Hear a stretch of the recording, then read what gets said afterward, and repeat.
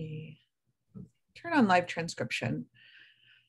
Hi, everyone. Welcome. Good afternoon. You are here for a webinar that is focused on living in Berkeley. We are talking about Berkeley law and the life as Berkeley law student, but obviously a huge part of your life is that you have one outside of the law school. So we thought it would be helpful if we talked explicitly about what his life is like as a Berkeley student, sort of outside of the classrooms. We'll go around and briefly introduce ourselves. I'm joined really fortunately by some current students today. So I will be sharing a presentation, but also will be stopping that presentation periodically and letting the students chime in. I also would encourage you to use the Q&A function if you have questions, and then while I'm going through slides, if you have them, I'm sure the students will be able to help answer them, and I think I probably need to make them co-hosts in order for them to do that, but that is fine, I can do that. So yeah, I'm Dean Kristen Thys Alvarez. I'm the Dean of Admissions and Financial Aid. I'm also a totally upfront, fully biased, lifelong resident of the Bay Area, and more specifically of the East Bay. So I'll just put that out there up front. And so you'll get some great insight from me, but probably also some really great insight from people who are not Bay Area people, including from our students. So maybe we'll go Yara, Omar, James, and Clinton to introduce yourselves. Hi, everyone. My name is Yara, she, her, and I am a 2L. Hello, everyone. Hopefully you can hear me and see me all right. My name is Omar Corona, and I'm a third-year student. I use he, him pronouns. Thank you. Hi, everyone. My name is James Tenrai. As Kristen was saying, some of us grew up outside the Bay Area, so I'm from Hawaii, and I'm currently a 3L at Berkeley Law. Good afternoon, everyone. My name is Clinton. I'm a 2L, he, him pronouns, and I grew up in the Southwest, most recently in Arizona. Great. So good mix of folks, and you guys can balance my my Bay Area bias out fairly well. So like I said, feel free to use Q&A, but I'm going to share my screen now and start with a couple of slides just generally about campus and the law school. So, welcome again. Before we go any further, it seems particularly important, but always important, for this webinar that we take a moment to acknowledge that everything we're about to share with you in terms of the Bay Area and Northern California was originally indigenous land. And so Berkeley specifically sits on the territory of Huchun, which is the ancestral and unceded land of the Chochenyo-speaking Ohlone people, who are the successors of the historic and sovereign Verona Band of Alameda County. The land was, and continues to be of great importance to the Muwekma Ohlone tribe and to all of the familial descendants of the Verona Band. And UC Berkeley, as well as every other member of the UC Berkeley community and residents of Berkeley in the Bay Area, have benefited from and continue to benefit from use and ongoing occupation of this land since the institution's founding. And consistent with our values of community and diversity, we acknowledge a responsibility to make visible the university's relationship to Native peoples.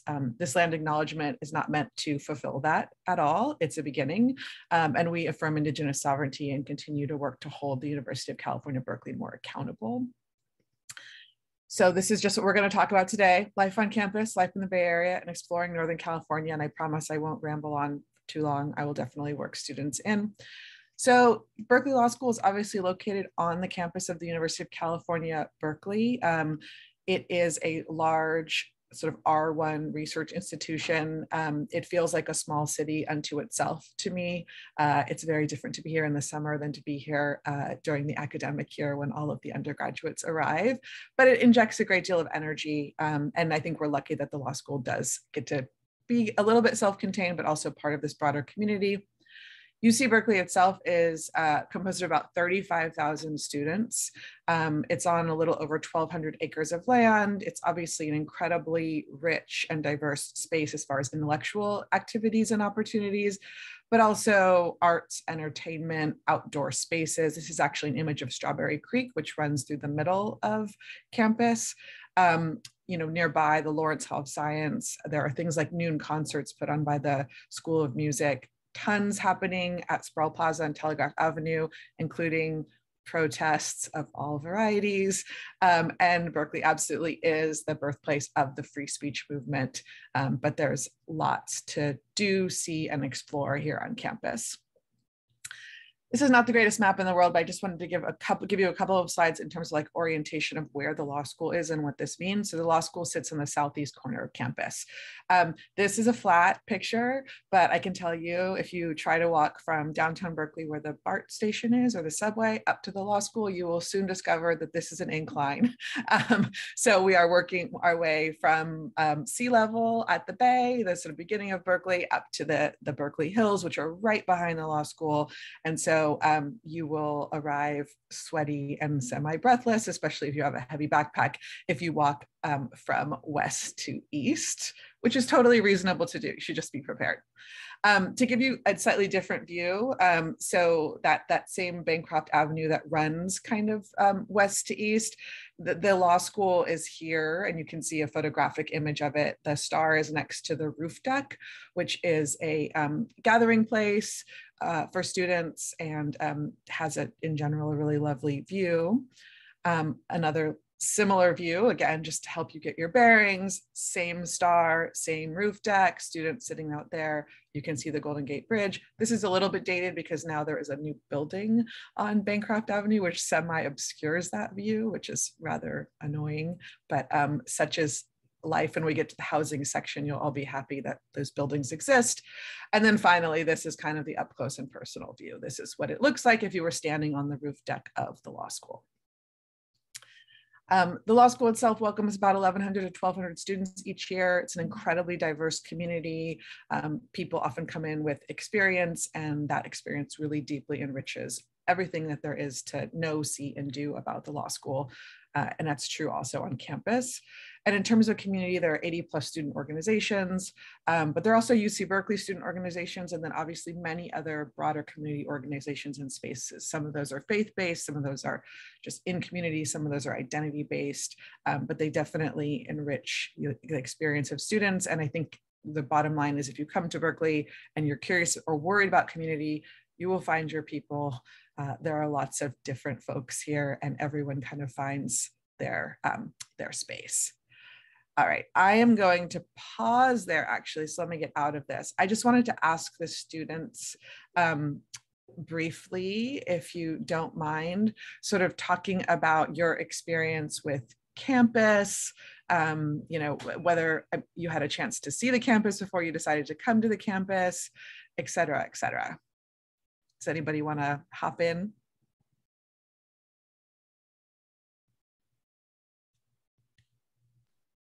I can jump in real quick. I actually came to Berkeley Law sight unseen due to the pandemic, and was just thinking that this presentation would have been really helpful.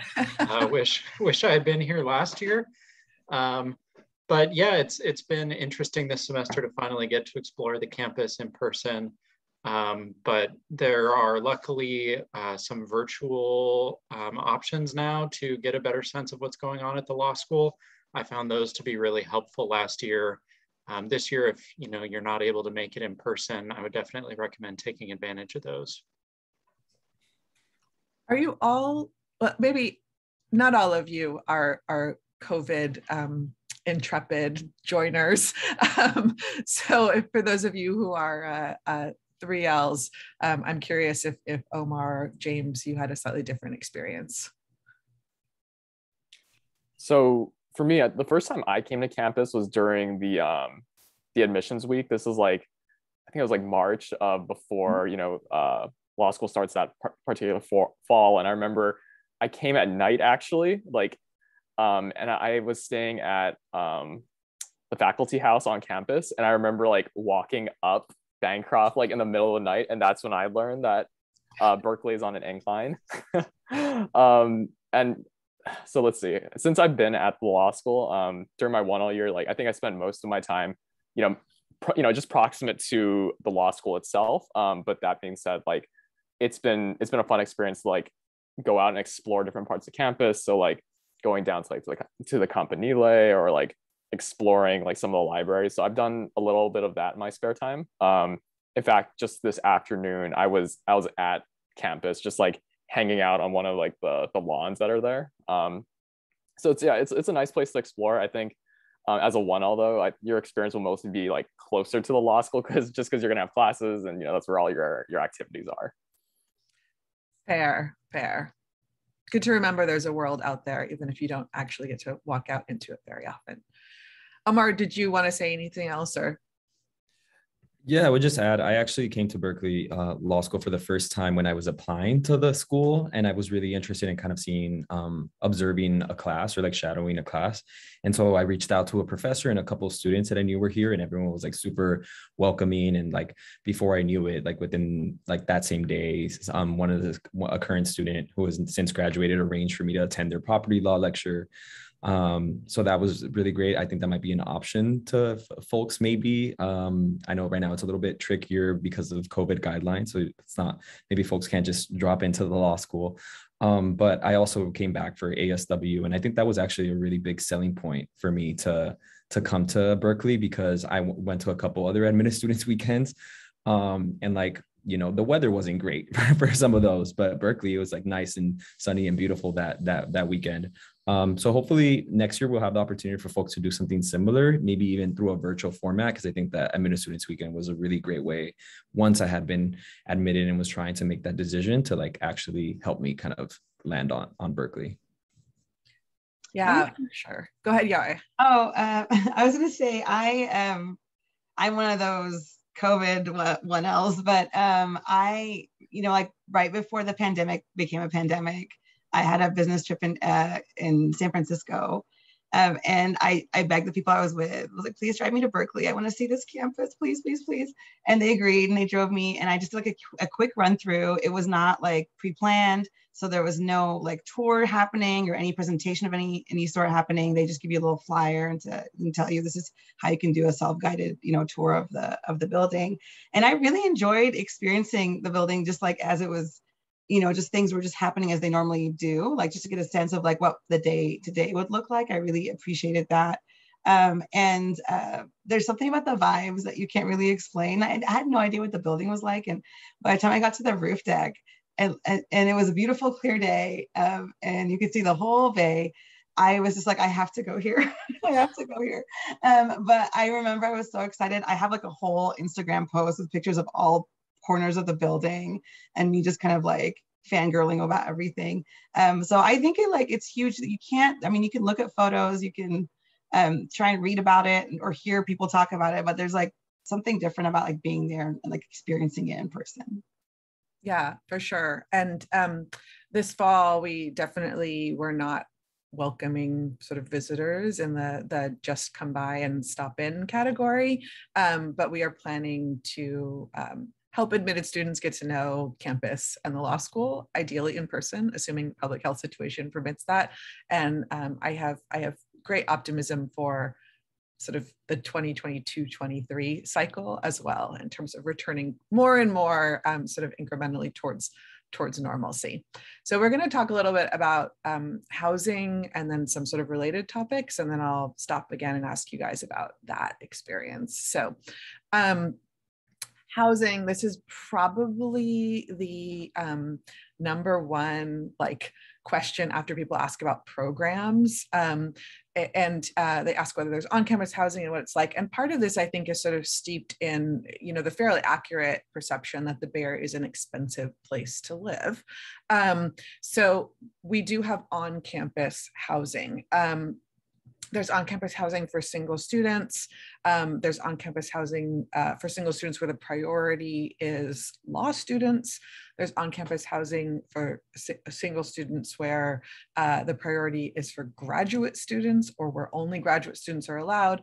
And then there's also family housing. There are other options too. And some of those include things that are nearby, like international house and co-ops. We do, of course, offer both accessible and accommodated housing. And within the disabled students program, there's actually an accommodated housing coordinator. And students who have disabilities are actually welcome and very much encouraged to live on campus. And so the monthly single rates for students in 21-22 for sort of like the Manville, Ida B. Jackson graduate housing was between about $1,400 and $1,600. That's obviously not inexpensive, but it's not out of line with kind of the market. It's perhaps even slightly below. You can find places to rent that are houses with roommates that are somewhere between, similarly $2,800, $3,000 and more. But obviously, if you don't know the area, particularly in your first year, it's much easier to go through the on-campus housing process. So Manville, which I won't talk a ton about, and if any of you live there, you can talk about it. That is the space where the priority is for law students, and secondarily only for graduate students. So it's fairly close to campus. It's on sort of the south side towards downtown Berkeley. So it's a little bit of a walk, again, a little bit of a walk uphill, but it's very much in the mix in terms of what the sort of feel of being on campus is. It retains that. And there's a shared courtyard. I was mostly excited that there was an optional apartment cleaning service. So that'd be something I'd sign up for. But again, one thing you'll see as a thread is that there's very limited parking. And we'll talk about transportation in a moment, but just in general, Berkeley is not the easiest place to come as a student if you have a car. So there's a new set of apartments called Intersection, and the Intersection apartments are actually in Emeryville, and Emeryville is about 3 miles from campus. So it's really not walkable, but you could take the bus or drive if you had parking. Emeryville is sort of along the water, nestled between Berkeley and Oakland. And so there's lots to do around there, including the Bay Street Mall. But what's kind of interesting is that everyone has single bedrooms, but there's up to a 4-bedroom, 3-bath. And so they all have living rooms and common spaces. And for me, again, the most exciting thing about this was that there's in-unit laundry in every apartment. So if your own stacked washer and dryer, which I don't know, that seemed like a revelation for student housing, actually. So this is just opening, and it's only graduate students and postdoctoral researchers. So no undergrads. And then also relatively new is Panoramic Berkeley, and that's on Telegraph Avenue, 5 blocks from campus. So it's by far the closest option that's on campus housing, excluding International House, which is really just across the street from the law school.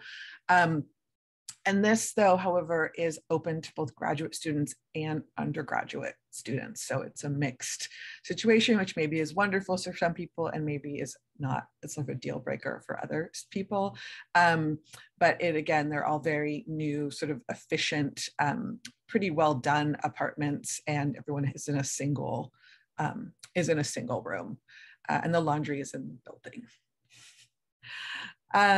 In terms of off-campus housing, a lot of people will live in Berkeley. It is a college town, so a lot of the houses right around campus have sort of been divided up actually into units, or most of the clientele who rent them are actually students. And Cal Rentals is a place where landlords or homeowners can advertise where the audience is strictly students. So many people, this is what they do. They have a house and they rent it out to Berkeley students every year. Other students live in Oakland, which obviously is comprised of many different areas and neighborhoods. You could live as far as Alameda, El Cerrito, Richmond, Emeryville, Kensington, San Francisco, and San Leandro. Those are what we'd sort of talk about as the East Bay. There are other parts of the East Bay as well that are a little farther away. Albany is where the University Village, which is family housing, is. And that is about maybe 20 minutes by bus away from Berkeley. And Albany itself is about only 1.5 miles square. So it has a kind of a small town feel in the middle of the East Bay. This is a map just of Berkeley to give you some sense of the neighborhoods that are here. So you'll hear this referenced when people are like, oh, I live in Gilman, I live down by 4th Street, I live over in Elmwood, what that means. And this website that is down here, visitberkeley.com, actually has pretty good resources, including pictures of these neighborhoods and sort of highlights of them. And they have distinct differences. They also vary in sort of everything in Berkeley is relatively accessible by public transportation, and there's a lot of biking and walking, but they do vary in feel and also in price. So some of these areas are going to be more expensive than others. Elmwood, for example, which is along College Avenue in a very nice place at Berkeley near Rockridge and Oakland, tends to be a fairly expensive place to live. We do have childcare on campus, so we just wanted to make sure that we noted that. Some of that is within the University Village where the family housing exists, but also on campus. There are multiple options for child development centers. My youngest actually went to Harold E. Jones Child Study Center, so that's open to students, children of students, faculty, and staff. And that's a lab school where undergraduates come and stare at them through one-way glass and like do, I don't know, experiments on your kids, which actually was super fun. It was really interesting to be part of some of the research that was happening in the education department. The school districts are Berkeley Unified School District, which is where UC Berkeley is, and then Albany Unified School District, which is the school district that serves UC Village. So if you have a partner or are married or have children and you want to live with other families, and you should know that right next to UC Village is Ocean View Elementary. And so it's actually literally about a block away if you have elementary school age children. I will stop there. Do you guys mind talking a little bit about either your housing search, maybe where you lived in your first year, or some of those other things, tips or considerations that people might want to think about as they navigate finding housing? Yeah, I can go first on this one. So when I was a first year, I actually lived in the Manville graduate student housing for law school students. And I did that just because, like, coming from Hawaii, like I didn't really like know about like how to like find a place in Berkeley. I didn't really know anyone in the area. So for that first year, I thought, okay, like I'll just play it safe and like, just get, graduate student housing through Berkeley. So I did that, and then the pandemic happened, and then, we all went remote. So I went back to Hawaii, closed up my apartment in Berkeley. But by that time, fast forwarding to 3L, looking for housing again. I'd made friends, and we decided, we're just going to look for housing in the area. So I live on Ellsworth Street. I live about like 5 or 6 blocks south of the fitness center at Berkeley. And in terms of like how you go about finding housing, often it's like you're looking at like Zillow or like apartments.com. And once you're in the law school, like there's also like people who are often like posting about housing in like Facebook groups. So it's kind of like you're just kind of multitasking through a bunch of different internet platforms to like find the housing that you want. For me personally, like being able to have a car was important. So like that made housing search a little bit difficult, because some places like maybe it's a great place to be, but there's only like on-street parking. And like I told my roommate, like, I'm not doing that. Like I want covered parking for my car. So you just have to kind of like go through like a process of just like searching. And I guess one of the things I'd recommend is like definitely like try to get your housing search done early, because there are a lot of kids looking for like good housing deals in Berkeley. And that's not just including grad students, right? That's undergrads as well. So you got to be very diligent about being on the hunt. Yeah, thanks, James. I would just jump in to add two points really quick. So I think for first year students, something that folks will want to be mindful of is just like being close to campus, right? Proximity to campus your first year, especially just because you'll spend so much time on campus already as a first year, not only for classes, but a lot of your studying will probably be on campus, a lot of your like organizational meetings. So that I think it tends to happen that folks will start by living as close to the university as possible. And then their second and third years will maybe like venture out to like Oakland or other places. So for instance, I lived in Berkeley throughout my 1L, and then as a 2L and 3L, I moved to Berkeley, or to Oakland rather. And just the other thing that I would point out that Dean Alvarez noted earlier is that even though Berkeley or the East Bay generally is expensive and housing is competitive, I just want to reassure folks that it is possible to find housing if you just give yourself enough time. As Dean Alvarez noted, a lot of landlords do prefer students, and specifically law students, and will give preference to law students. So just give yourself enough time, usually like the summer before you start. And like James mentioned, a lot of other folks in your shoes will be looking for roommates, a lot of other 1Ls. And I think it tends to happen that people will just kind of like serendipitously end up living with another law student. So you just wanted to reassure folks that it is a tough housing market, but that you will be fine. Yeah, absolutely. And then Yara, I'll let you take over. I was just going to say, it's funny because this is such a popular question.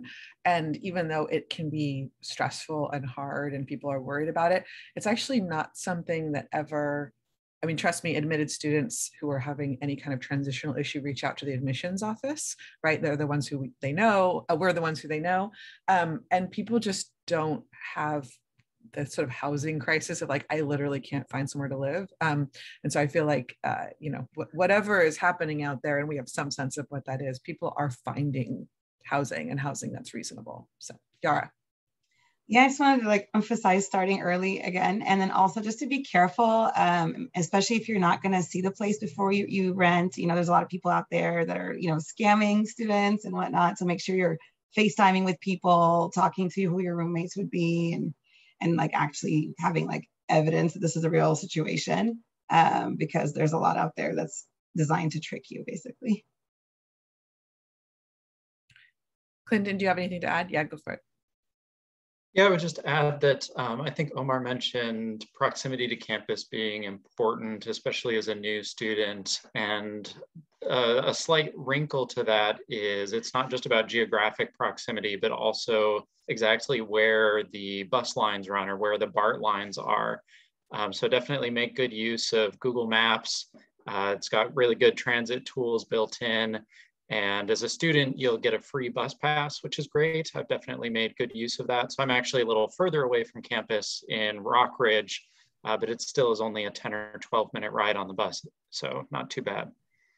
Yeah, and when you get on the bus coming from Rockridge down College Avenue, I assume you're riding the 51, like it's basically all Cal students, faculty, and staff, because there's a BART station, Rockridge BART station, and everyone coming from far away gets off, gets on the bus, rides down, gets off, and it lets off right by the law school. Yes, absolutely. Great, well, I'm gonna transition back just to this presentation. All right, so I briefly wanted to touch on just health and wellness. This isn't a super common question from people when they're considering applying to Berkeley, but it does come up in the sort of sphere of people who are admitted, and we think it's important to be proactive in sharing information about what resources are available. So everyone, unless you waive out of it, every student will be enrolled in the student health insurance plan. So you're required to carry insurance in case anything comes up. If you opt out of it, it's because you have private coverage in any number of ways. And so you can opt out of it. And that's, although I'm sure it's costing you or your family members money, it saves about $6,000 in terms of what's otherwise billed as part of your student cost of attendance. If you have student health insurance, it means that you're getting most of your primary care through the Tang Center, which is an on-campus clinic. It's right down Bancroft Avenue, right across from the recreational sports facility. And they do all of the sort of primary care and have a pharmacy. We also obviously are in a place where there's lots of other options. There's Kaiser Oakland, and Kaiser has a new, actually brand new medical office building in Berkeley down on 10th Street, but also Altabate Summit and UCSF across the bay. So there are many other options, as well as Indian Health Services or the Native American Health Center. There are other resources too. Pacific Center is in Berkeley. It's a service provider for members of the LGBTQIA+ community, but there are many other resources. And then on campus, we have a disabled students program, a basic needs center. There is mental health support. There are mindfulness and wellness programs. There's an undocumented students program that provides a lot of comprehensive support that can be everything from academic to legal to other, at Cal Veterans Services Center. And then we also, right around the corner kind of from the law school is the optometry school and clinic. So you also could go there if you wanted to get services related to eye care. And after your first year of law school, you will all end up wearing reading glasses. I'm just kidding, but at least that happened to me.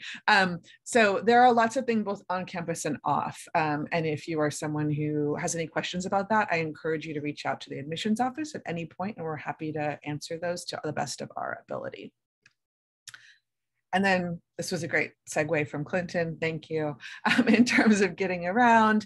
So we talk about BART, which stands for Bay Area Rapid Transit. It's the subway equivalent in the Bay Area. I say subway equivalent, it's a train that's both elevated and underground, but it does not have nearly as many stops as sort of like the subways in New York or DC. So there's a lot more of configuration, like what stop is near what, and then what bus might you need to ride from there to get to the actual place that you're going. But it can take you all the way to San Francisco Airport, obviously into San Francisco, pretty far south down to sort of Dublin, Pleasanton, as well as east towards Concord and farther than that. And it is headed all the way down to San Jose. The goal is to be completely sort of like contiguous service around all of the Bay Area. AC Transit, which is Alameda County Transit, is the bus system, and you do get a bus pass as an enrolled student. UC Berkeley also runs its own shuttles. Those are helpful in that particularly the perimeter shuttle, which runs kind of around the outside of campus and drops off right at the law school.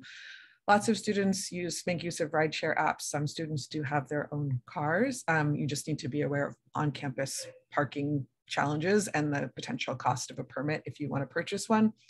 A lot of people bike, walk. I put other because every time I go outside, there's like somebody on a unicycle or like an electric scooter or something because it's Berkeley. And then obviously getting here, there's San Francisco, Oakland, San Jose, and Sacramento international airports. So you can go anywhere in the world, and Amtrak, which runs out to Sacramento and beyond, and then also north-south down to LA. There are other options as well, but this is kind of the basic lay of the land. So I'm going to transition and talk a little bit about the Greater Bay Area since we just talked about how to get around. And setting aside the students, I think, very sage advice that you won't be doing a lot of getting around in your first year. This is a really wonderful place to live. I sort of enjoy this map, which is the Bay Area from space, mainly because I feel like it's kind of hard to wrap your head around what people are talking about when they say the Bay Area, actually, and what that looks like. So Berkeley is here. This is the East Bay. We're directly across from the Golden Gate Bridge, which is that little tiny line connecting San Francisco and Marin County, those two peninsulas. And on the other side of that is the Great Big Pacific Ocean. But the bay goes much farther north, actually, than this picture even shows, and also farther south down to San Jose. And you could therefore drive all the way around it, or as my teenage son did for, I don't know, kicks it. You can bike all the way around, actually, including all the way up north to the Centerville Bridge, across that through Marin, across the Golden Gate, and all the way around. And he did it in a single day without stopping, because that's just the kind of person he is. There are other bridges that connect, and all of this, as you might be able to tell from this picture, most of the Bay Area, which is pretty developed, is actually surrounded by green, fairly open space.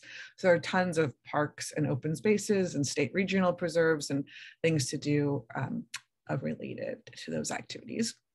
This is another map that we like, which is just a different way of looking at the Bay Area.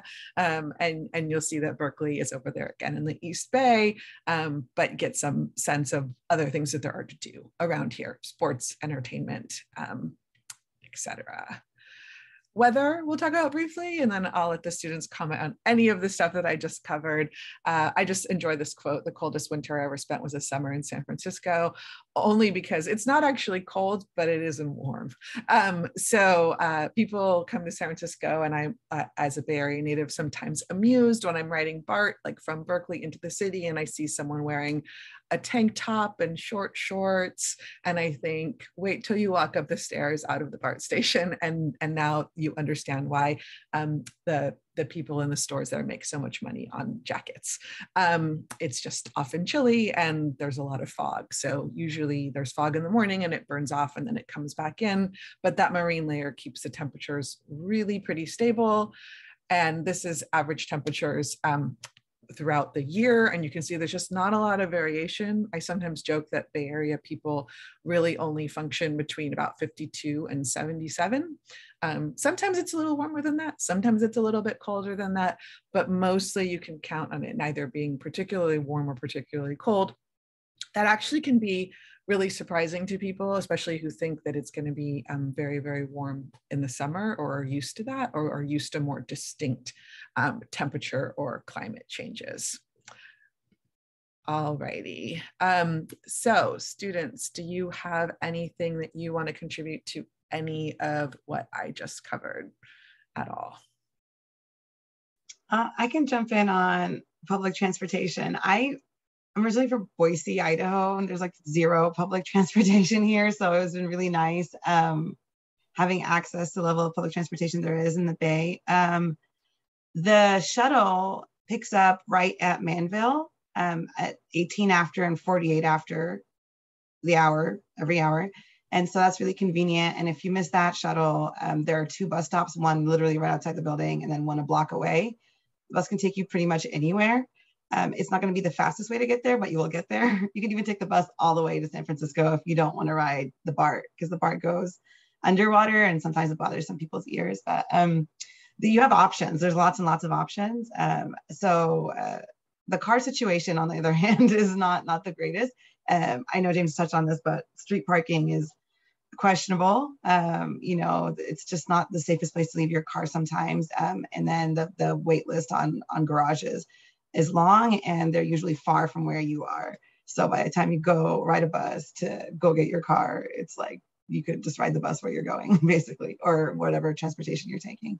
But Manville's pretty well located. It's right in downtown. You can walk to a bunch of shops, restaurants, and whatnot. And then as far as the weather, okay, so Boise has 4 distinct seasons, very much, the extreme of each one, like a cold winter, really nice hot summer. The Bay Area has none of that. It's basically just kind of like in this little happy zone, I guess. And especially in the summer, if you're coming from somewhere that has a nice hot summer, you're going to be really like surprised at how cold it is. But I just came back to Boise for the holidays. That's where I am now. It is like 35 degrees. And last Saturday, I was having a picnic outside and it was 70 degrees in Berkeley. So there's that like that angle. Yes, it can feel like it's too, cold, but when it's winter time, other places, it's you get to be grateful that you're in the Bay Area. So I'll just leave it there. And I'll definitely say, I don't know if any of you will ever stay here long enough to realize that when you live here, there actually are just a million different micro seasons. Like our summer is definitely in late October, like for 2 weeks. And then there's definitely like a mini summer for like 1 week in late February where you're like, what's happening? I'm wearing flip-flops. It's really nice. And then, June is freezing. So there's that. It's just a really foggy like month where it's always chilly. But yeah, you kind of get to know all of that phenomena. Does anybody else want to chime in on any of that? And well, let me just ask something really quick. Yeah. You don't have to go very far to get warmer weather though. Like you can just go like 2 BART stops down and you're like, it's 80 degrees. So it's just close to the water is where it's very cold. Cool. Yeah. I would Go for it. Yeah, thank you. I would just add on transportation. I think like if you're going to be living in Berkeley or in any of the surrounding cities in the East Bay, you'll find it very easy to get around. I think like the public transportation system is pretty well integrated, but also not just to get to campus, right? Like my first year, I didn't have my car yet, and I was able to like get my groceries and like run all my errands and get to campus on the bus system. And I thought it was like pretty smooth and never felt like I needed a car. That changed later on. I ended up getting a car and now I'm like actually driving to campus.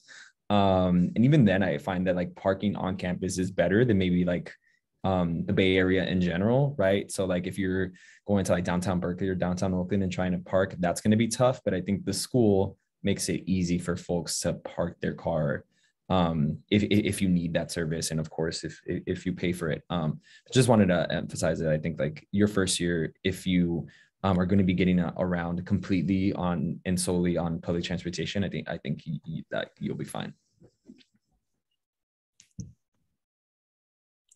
I just want to add two things. So one on transportation. I'm surprised no one has advocated for bicycles. Like I'm very like pro bike in Berkeley. Like, so I lived in Manville my first year, and then now I live like 5 blocks south of the fitness center. So I live pretty close to campus.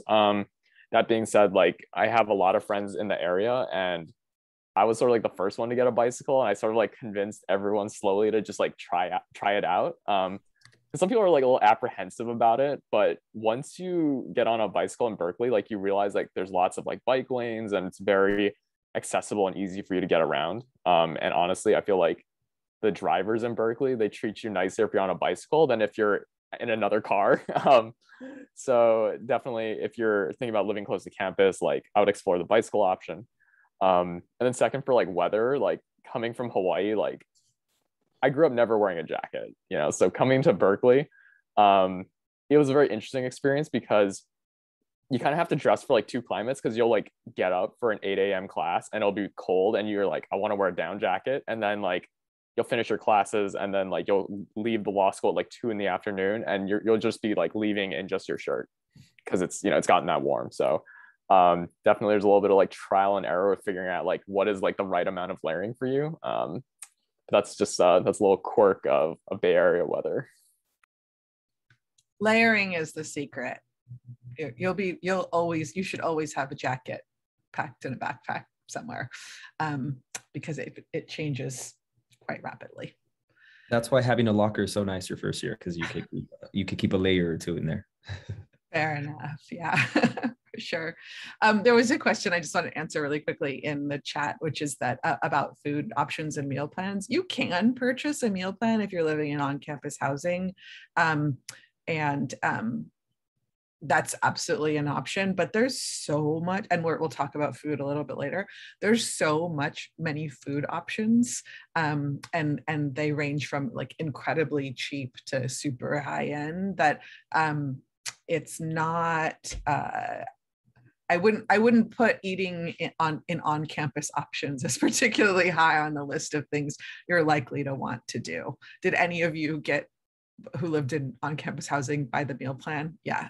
I think that's probably more prevalent for undergraduates who just want the assurity, or whose parents want the assurity that their kid's going to eat 3 meals a day. The law school does have a cafe. It's not, it's actually run sort of privately, and Cafe Zeb. And so they also have food and coffee and snacks and stuff throughout the day that are available there. All right. Great. Well, returning to our PowerPoint, we're going to talk a little bit about just things to do in the area.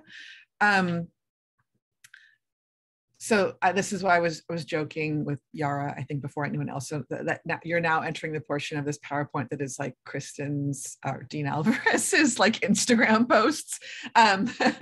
So this will be, I will encourage the students to share their perspective, because otherwise you're going to hear a lot about what I like to do. And there is a ton to do in the area. And you should hopefully get out of the law school enough that you get to enjoy some of that. Some of it is luckily on campus. So there are sports teams. There are 30 NCAA sports teams. So there's football and basketball and gymnastics and swimming and soccer. There are also club teams, some of which are really excellent. So the rugby team has an incredible national and international reputation. There are also local pro teams. If you are a big sports fan, this is a great place to be. And if you like sort of more local grassroots sports, there are a lot of smaller local teams. The Oakland Roots soccer team is super fun to watch, actually. It's just a very like casual and not expensive option. But whatever you're into, I'm fairly certain that you can find it if you're a sports fan. In terms of recreation, again, there's lots on campus. So there is the recreational sports facility, which is basically a gym, but there's classes and resources there. There are pools in addition to those, including at the Strawberry Canyon Recreation Area, which is right behind the law school. I don't know if the students have ever had a chance to go up there, but there's multiple pools outdoor, and you can just go with your student ID, and then you don't have to even swim. You could just sit on the lawn and enjoy the space, but it's sort of in the Berkeley Hills. There's also intramural sports, and I know that there are several intramural sports teams at the law school, including soccer, but lots of other things to do. There's off-campus, but Berkeley affiliated options. So there's an aquatic center at the Berkeley Marina if you ever wanted to learn to sail or to kayak or to do other things. All of those options are there, and they're relatively inexpensive classes for students. There's Cal Adventures that does local stuff, but also stuff farther afield, like backpacking trips. There's esports, and then there are other sports clubs. And then there's tons of other things to do. If you are someone who enjoys the outdoors or who enjoys kind of sports or related activities, or just is thinking how will I keep up with this thing that was really important to me as a distraction and a great, way to keep myself balanced throughout school. Will I find it? The answer is probably yes. Everything for the most part that you could possibly imagine exists. And then it's a very vibrant place for arts and entertainment. Obviously, things are different during COVID when there was none of this stuff, but things have really started to come back online. So great museums, great music. One of the funner things to do is to go to the Stern Grove Concert Meadow when they're doing their large free concerts, and just sit outside. It's in Golden Gate Field, in Golden Gate Park, in San Francisco. But tons of options and things to explore if that is what you are looking for. The closest sort of two places that people go to when they're leaving Berkeley and they want to do something is Oakland and San Francisco. So again, totally accessible by BART or by bus. Tons of different options. You can play tourist and sightsee, go to Alcatraz and do the audio tour. You can go to Ocean Beach. You can, go on a murals tour of the Mission. You can find great food. You can walk around.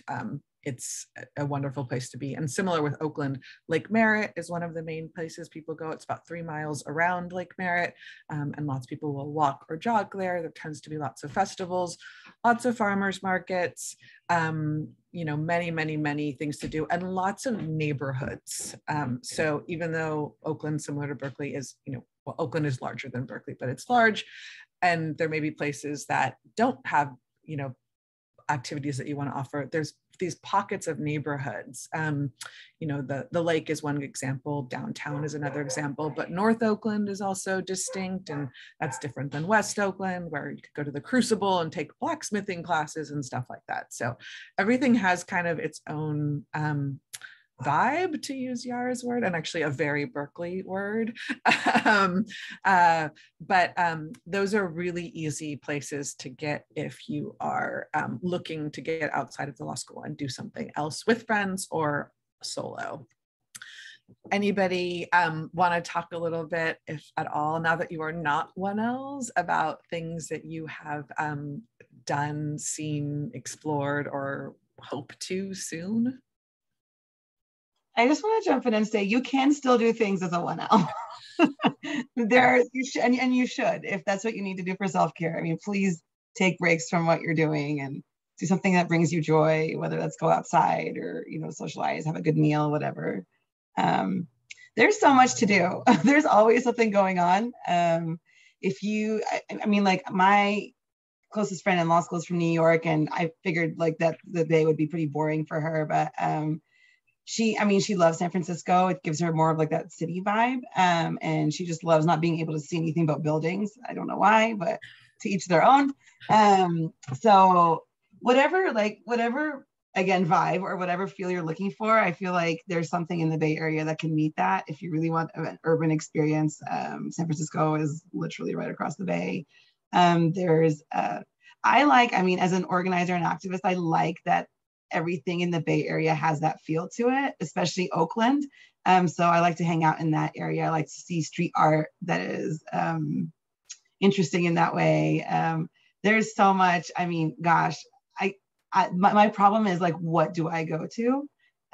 You might like Berkeley, you might get through pretty quickly and be like, okay, I've been everywhere in Berkeley, what's next? But there's always a what's next because you're in the Bay Area.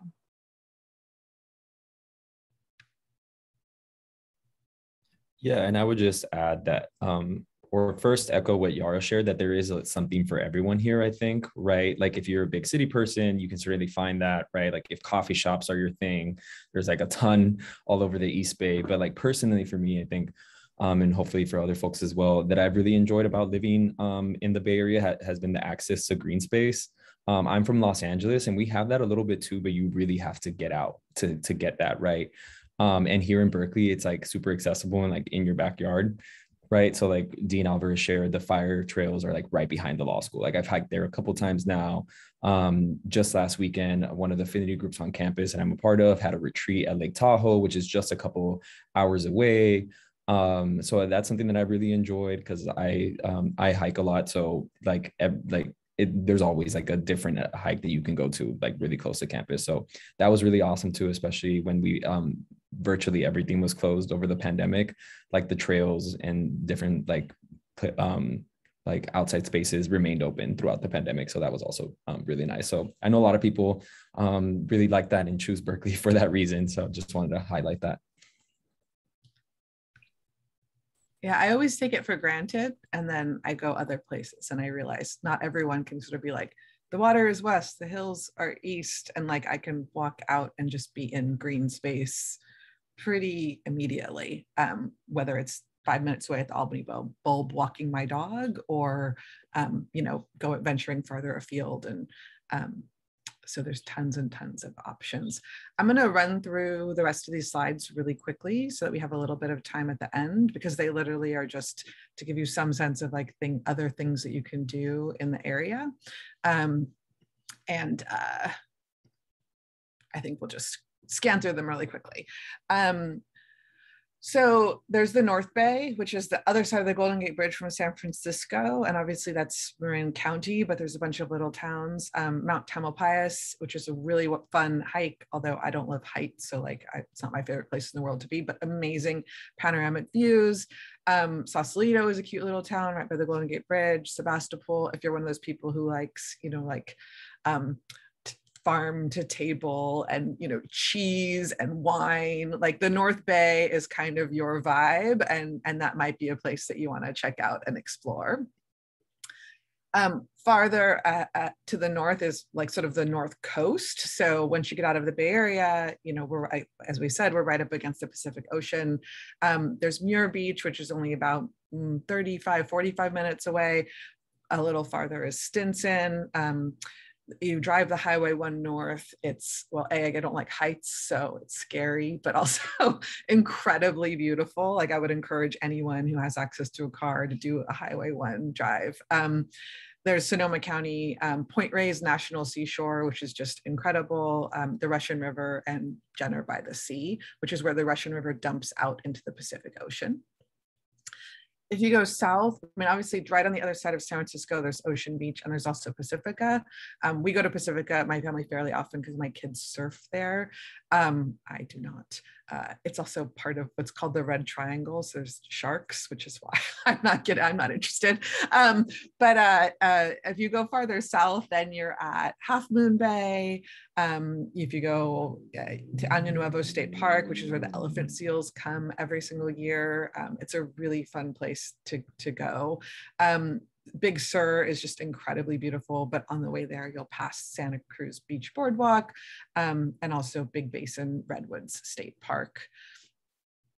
If you go east, as Omar suggested, you'll pass through Sacramento and the American River, but pretty quickly you'll be in Tahoe, which is really what all of these photos are dedicated to. And one of my oldest son is there right now snowboarding. So it's incredible in the summer and it's warm. It's incredible in the winter and it's cold, but it's just really a beautiful place and about 3.5 hours away. So not unreasonable even to do as a day trip. And if you go to the Southeast, you can find Yosemite. And if you are someone who loves hiking, who loves backpacking, who loves the outdoors, or even if you just want to see what all the hype is about, I kind of feel like you have to go to Yosemite at least once. There's other spots too farther south, like Bishop, where if you're a rock climber, it's a great option. But just so you know, like that. So I've hiked to the top of Half Dome. You have to get a pass to do that. But again, if you're a hiker and you enjoy that kind of stuff, like totally worth doing. The Three Sisters photo is actually a picture of me on the John Muir Trail doing a backpacking trip. And all of these are sort of like high Sierras experiences. So you could do it totally low key. You could do Yosemite with a car. You can chill, drive around, hang out in the valley, or you can get as adventurous as you possibly want to get. It's a great food and drink scene. I won't belabor that. It's really everything you could ever imagine and want is right at your fingertips. And I would be remiss if I didn't mention Cheese Board, which really is, in my opinion, a must try in this lifetime. This is corn pizza, which happens to be my favorite, which typically only comes around right around Cinco de Mayo or in May, but it's an incredible place. And right around the corner from it, across the street is Chez Panisse, and right around the corner is Pete's, the original Pete's, founded in 1966. So that's kind of the general stuff. I don't know, students, do you guys have any examples of, again, things you have done or hope to do at some point while you are Northern California residents? Really quickly on food, sorry, James and Clinton, because I really want to hear what you all have to say. But one thing to look forward to as a first-year student is there will always be food available to you, because every event is geared towards first-year students and they always offer food as an incentive. So that's something to know. It can save you a lot of money as a first-year student. There's always food. Yeah, and I think the food. Oh, wait. Go ahead, James.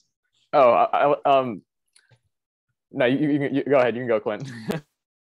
I was just going to say that I think the food scene has gotten even better because so many places now have added outdoor dining, which I really enjoy.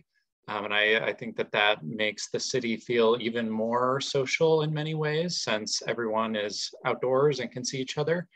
And then going back to things to do in the Bay Area, I would just emphasize how accessible everything in those slides is. A day trip to Half Moon Bay or Napa is so doable.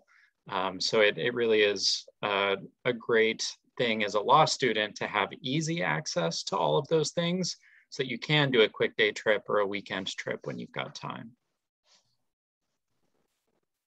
Yeah, with regards to exploring the Bay, I've been actually doing a lot of like trips down to like South Bay. So like I explored Half Moon Bay for half a day, looked at the redwood forest down there. It's all really beautiful. So I definitely think like if you have a car, if you have a friend with a car, like while you're here, like make the effort to like explore, some of these like really great places, like even Yosemite. Like it's doable over the course of like a long weekend. You can like go there with friends. You could just, like Kristen said, you can go there and just drive around.